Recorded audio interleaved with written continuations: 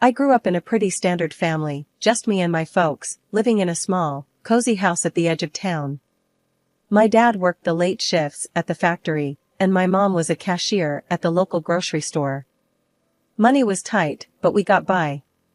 I was their only kid, and they poured all their love into me, even though I wasn't the easiest child to care for. From a young age, I was always the sickly one, catching colds that seemed to linger for weeks and struggling with a bunch of allergies that kept me indoors more than out. I was thin, way too thin for my age, and my clothes? Well, let's just say fashion was the least of our concerns. School was a battlefield. I tried to blend into the background, but somehow, I always stood out, and not in a good way. My classmate, Sarah, she made sure of that. Sarah was everything I wasn't: popular, pretty, and always dressed like she was about to walk into a photo shoot. One day, trying to dodge the bullies, I was late to class. Slipping into my seat, I hoped for a quiet day. That hope vanished the moment Sarah noticed me.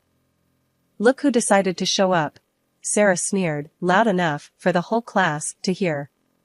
"Thought you were too sick to come to school, or did you finally find something to wear that didn't come from a charity bin?" Her friends laughed, echoing her cruelty. I wanted to disappear, but there was nowhere to hide. I kept my eyes down, whispering, "Just leave me alone, Sarah." "What was that?" she mocked, stepping closer. "Can't hear you. Speak up." Before I could muster a response, Mr. Jenkins, our math teacher, entered the room, cutting off whatever Sarah had planned next. The rest of the day, I kept to myself, speaking only when spoken to, and even then, my words were barely above a whisper. At home, things were different. It was my safe haven. My parents, seeing my downcast eyes at dinner, exchanged worried glances. "Nellie, honey, you barely touched your food." "Something happened at school today?" my mom asked, her voice full of concern. I shrugged, pushing my food around my plate. "It's nothing. Just tired, I guess." My dad, quiet until now, put down his fork. "You know, Nellie, you can talk to us. Whatever it is, we're here for you." I nodded, knowing they meant every word. But explaining the day's humiliation felt impossible. "Thanks, Dad. I'm just really tired. Think I'll head to bed early." Dragging my feet towards the school gates, I braced myself for another day of dodging glares and whispered insults. My backpack felt like it weighed a ton, loaded with textbooks and the heavy dread of facing Sarah and her clique. As I navigated the crowded hallways, trying my best to become invisible, I heard the all-too-familiar voice that made my stomach twist in knots. "Hey, ghost girl, try not to vanish before class starts," sneered Mark, one of Sarah's loyal sidekicks. His nickname for me, a jab at my pale complexion and tendency to keep to myself, echoed off the lockers, drawing snickers from nearby students. I quickened my pace, not daring to look up. "Just ignore him," I muttered to myself, but the words felt hollow. The day's first challenge was surviving homeroom. Mrs. Parker, ever oblivious, droned on about the importance of attendance just as I slipped into my seat at the back. I barely settled in when Sarah, draped in her latest fashionable outfit, sauntered in, her entourage in tow. "Nice of you to join us, Nellie. We were worried you got lost in your closet of hand-me-downs," Sarah quipped loudly, tossing her hair as she passed my desk. A chorus of laughter followed. I clenched my fists, feeling the heat rise to my cheeks. "Just leave me alone," I shot back quietly, more to my desk than to her. "What was that, Nellie?" "Speak up, we can't hear you," Sarah taunted, turning to face me with a smirk. I shook my head, choosing silence over a battle I couldn't win. The bell rang, a temporary reprieve, but the relief was short-lived. Each class transition felt like running a gauntlet, with Sarah and her crew lying in wait to hurl their next insult or snide comment. Lunchtime was no sanctuary either. I found a secluded spot under an old oak tree, a safe distance from the cafeteria's chaos and cruelty. As I nibbled on my sandwich, thoughts of just disappearing consumed me. "Hey, why you sitting all by yourself here?" A voice interrupted my solitude. I looked up to see Jake, a guy from my English class. He wasn't one of Sarah's crowd, but I was wary all the same. Just like the quiet, I replied, hoping he'd take the hint and leave me be. He shrugged, unfazed, and sat down beside me. Suit yourself. Sarah's being a real piece of work, huh? I was taken aback by his bluntness. You could say that, I admitted, surprised by my own candor. Listen, Nellie, you can't let her get to you. She's all talk, Jake said, his tone earnest. I wanted to believe him, to find the strength to stand up to Sarah, but the words felt like a distant dream. Easier said than done, I mumbled, my gaze fixed on the grass below. The bell, signaling the end of lunch, snapped me out of my reverie. Gathering my things, I offered Jake a small smile. Thanks for, sitting with me. No problem. See you around, Nellie, he said, heading back to the building. The rest of the day passed in a blur. With each class, I counted down the minutes until I could escape back to the safety of my home. But the day wasn't without its lessons. Jake's unexpected kindness was a glimmer of hope, a reminder that not everyone was against me. School had become a nightmare for me, one I couldn't wake up from. Every day was a repeat of the last, dodging insults, hiding from Sarah and her gang, and trying, unsuccessfully, to blend into the background.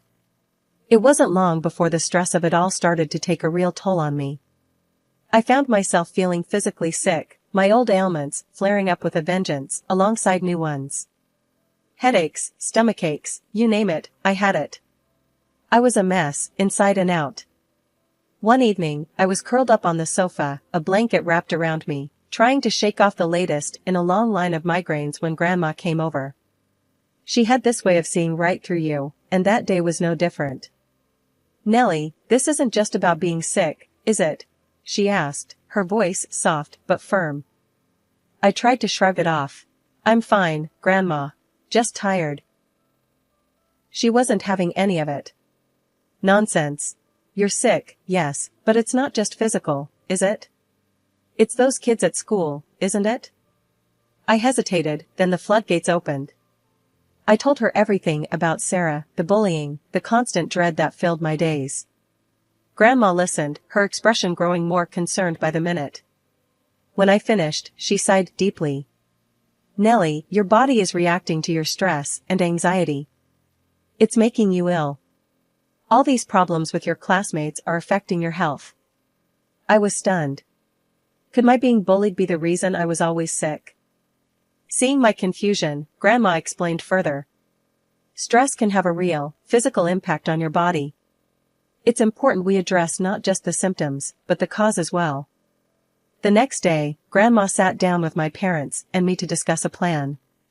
It was clear that continuing to attend school wasn't an option, not if things stayed as they were. After much discussion, my parents decided to switch me to distance learning. It was a big change, but one that felt necessary. The difference was night and day. Away from the constant harassment and anxiety, I started to heal. My headaches became less frequent, my stomach settled, and I found myself actually able to concentrate on my studies without the looming shadow of Sarah and her taunts. I was sitting at the kitchen table one afternoon, working through a set of math problems, when Mom came in to make a cup of tea. She watched me for a moment, then said, "You seem different, Nellie. Better. Happier, even." I hadn't really thought about it, but she was right. "I guess I am," I admitted. "It's weird not having to worry about what's going to happen at school every day." Mom nodded, a relieved smile spreading across her face. "I'm just glad to see you feeling better. We should have done this sooner." The transition wasn't without its challenges. I missed the few friends I had, and adjusting to a new way of learning took time. But as days turned into weeks, and weeks into months, I found myself grateful for the change. For the first time in a long time, I felt like I could breathe. One morning, as I logged onto my first virtual class, my mom knocked softly on my door. "Nellie, you okay with this? Missin' your friends?" she asked, peeking in with a concerned look. I paused, considering. "Kinda," I admitted. "But it's better than before. At least I can focus now. She nodded, her eyes softening. You just shout if you need anything, okay? I'm right downstairs. As the days turned into weeks, I found a rhythm to my new routine. The subjects I used to struggle with began to make sense, thanks to the absence of distractions and the patient guidance of my online teachers. One afternoon, after a particularly successful math session, my dad came home early and found me at my desk. Look at you, assing your classes without those bullies breathing down your neck, he said with a grin, ruffling my hair. I couldn't help but smile back. Feels weird, Dad. Good weird, though. Like, I can actually do this. That's 'cause you can, Nellie. Always could, he replied, pride evident in his voice. Yet, it wasn't all smooth sailing. The lack of social interaction began to weigh on me. I missed the face-to-face conversations, even the ones that weren't always kind. The silence of the house, once a sanctuary, started to feel more like a cage. I started to look for ways to fill the social void. I joined online study groups and even started a virtual book club with a few classmates I'd reconnected with. It wasn't the same as hanging out in person, but it helped. One evening, as I closed my laptop after a long study session, my grandma called. How's my favorite granddaughter? She asked, her voice warm and comforting. I'm your only granddaughter, Grandma, I teased, smiling at our ongoing joke. Details, she chuckled. How's the distance learning going? It's good, actually.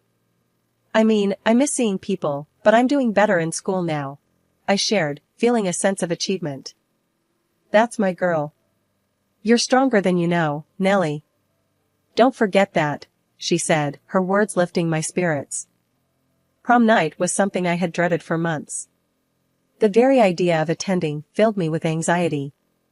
My parents, however, thought it would be good for me, a chance to close this chapter on a high note, as they put it.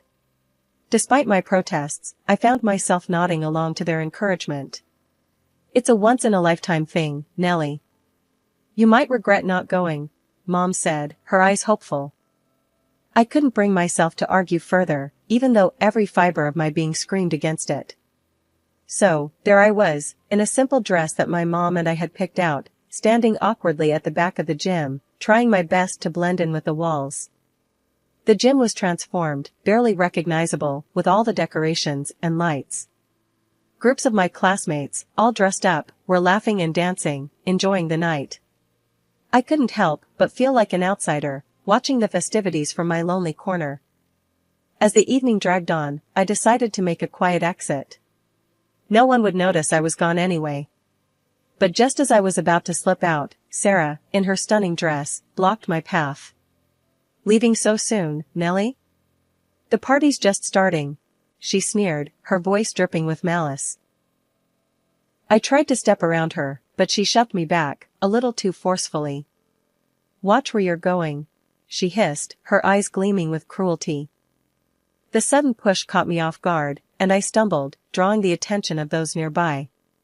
In seconds, I was surrounded by Sarah's friends, their laughter piercing the loud music. Look at her, can barely stand straight, one of them mocked, pointing directly at me. Sarah leaned in closer, her voice loud enough for her circle to hear. Guess some things never change, huh, Nellie? Always the clumsy one. I felt my cheeks burn with embarrassment and something else, anger, maybe, or just a deep, aching sadness. Just leave me alone, Sarah, I managed to say, my voice shaky, but loud. Oh, I will, don't worry. Wouldn't want to ruin my night by spending another minute with you, she retorted, her words like daggers. The group's laughter followed me as I turned and ran, not stopping until I was safely outside, away from their taunting faces. Tears blurred my vision as I made my way home, the night air doing little to cool my flushed cheeks. My parents were waiting up when I got home, their faces lighting up at the sight of me. But as they took in my tear-streaked face and the defeated slump of my shoulders, their smiles faded. What happened, honey? Mom asked, rushing over to me. I shook my head, unable to find the words to explain the humiliation and hurt. I just want to forget tonight ever happened, I whispered, the tears starting again as I let my parents wrap me in their arms, their concern and love a small comfort in the face of my pain. After the prom disaster, I was more than ready to put high school behind me. College was my chance to start fresh, to be someone new. I chose to study medicine, driven by a deep-seated desire to help others, maybe even understand a bit more about my own struggles through learning about the human body and mind. My first day at medical college felt like stepping onto another planet. Everyone was buzzing with excitement, talking about classes and future careers.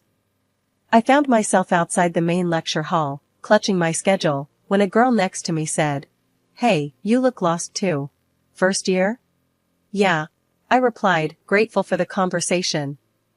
"Nellie," I introduced myself. "I'm Zoe." "Nervous?" "Terrified," I admitted with a laugh. Zoe and I stuck together, finding our way to the lecture hall. Sitting down, I felt a nervous excitement bubble up inside me. This was it, my chance to really make something of myself. As weeks turned into months, I started to come into my own. I was doing well in my classes, even making a few friends. Zoe and I became inseparable, studying together and encouraging each other through the tough exams and endless assignments.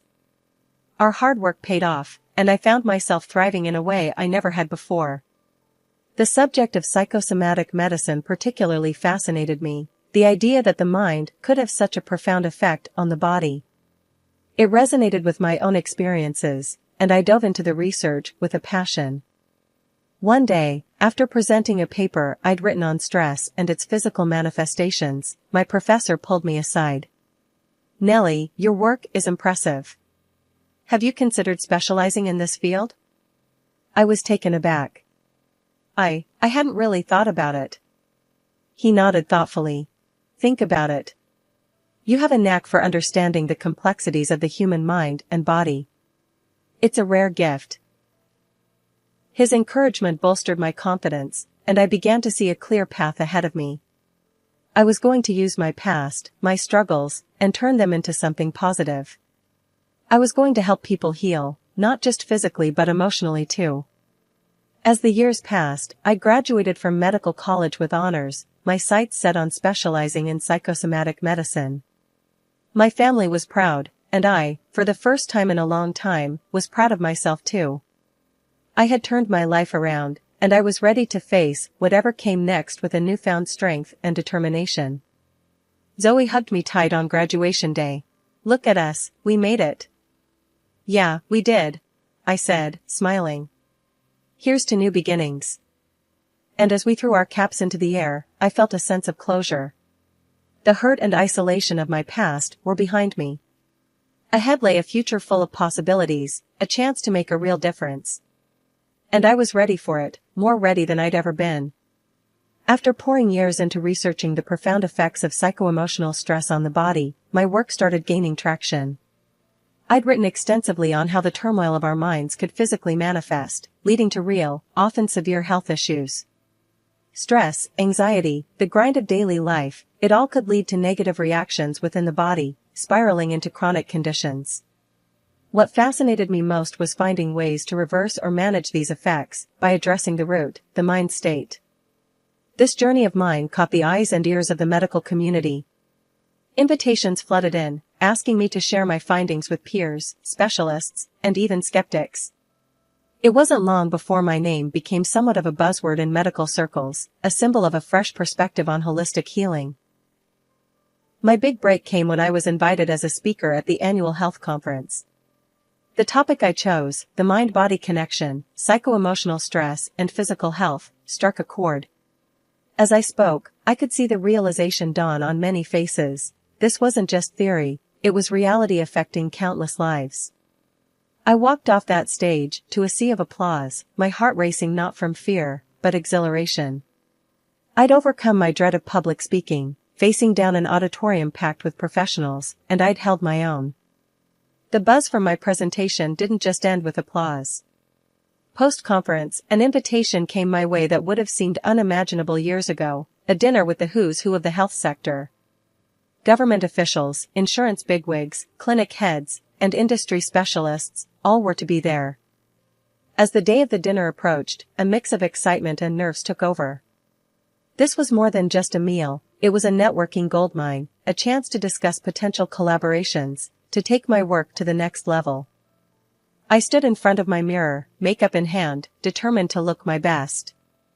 I wasn't just representing my research, I was representing myself, my journey. I chose my dress carefully, the one that always made me feel confident and at ease. As I applied my makeup, I allowed myself a moment to reflect on the significance of this evening. It wasn't about looking no worse than the other women there, it was about feeling my best, about walking into that restaurant with my head held high, knowing I belonged. At this elegant dinner, surrounded by the health sector's elite, I felt like I was finally where I belonged. Compliments flowed my way, each one boosting my confidence more than the last. As the evening wound down, I decided it was time to head home, still riding the high of the night's successes. But as I made my way through the hallway, a familiar voice stopped me in my tracks. It was her, Sarah, my high school nightmare. "Wow, look at you. Finally figured out how to dress, huh?"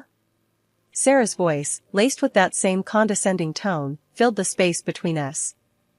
I turned to face her, finding her just as beautiful and just as arrogant as she'd been back in school.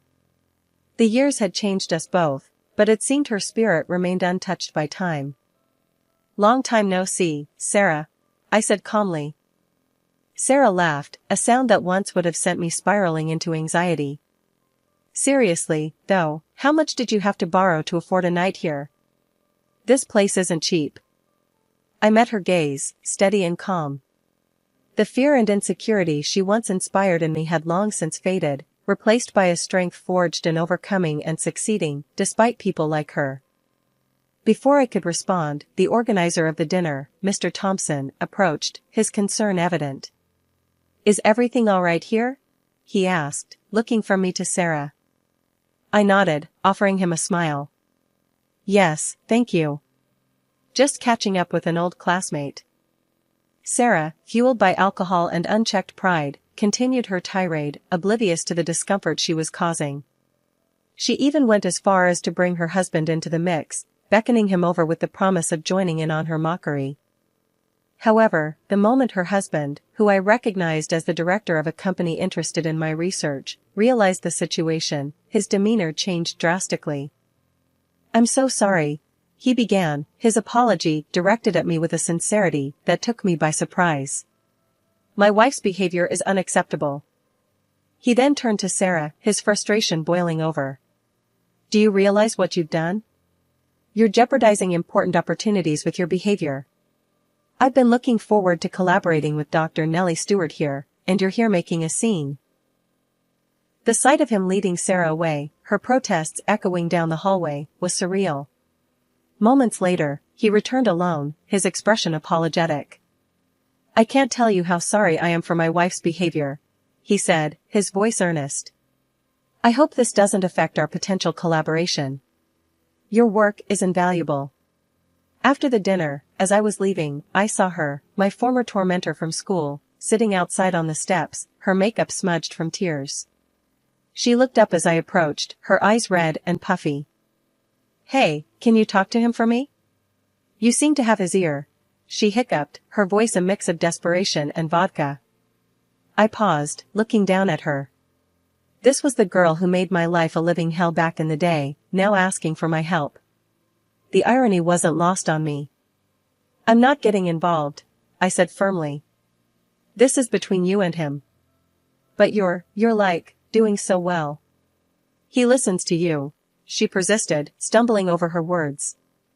"That doesn't make it my business," I replied, my tone leaving no room for further discussion. I left her there, on the steps, a mess of her own making.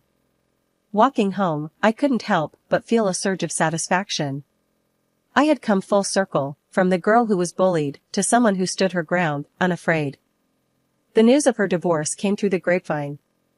I'd be lying if I said it didn't give me a sense of vindication.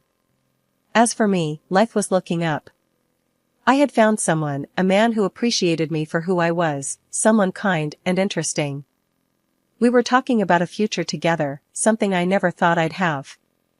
Continuing my work, I felt more motivated than ever. My experiences, both past and present, fueled my passion and my resolve to make a difference. It was a strange journey, but it led me here, to a place of happiness and contentment. And for that, I was grateful.